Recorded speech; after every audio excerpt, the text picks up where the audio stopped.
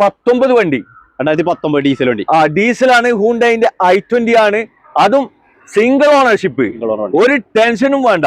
Replace എന്തെങ്കിലും ഉണ്ടായില്ല? നല്ല വണ്ടിയാണ്. ഒരു മെയിൻ ക്ലാസ് പോലും റീപ്ലേസ് ഇല്ല. എല്ലാ ഭാഗം ഫിറ്റ് വണ്ടി, മെക്കാനിക് ഫിറ്റ്.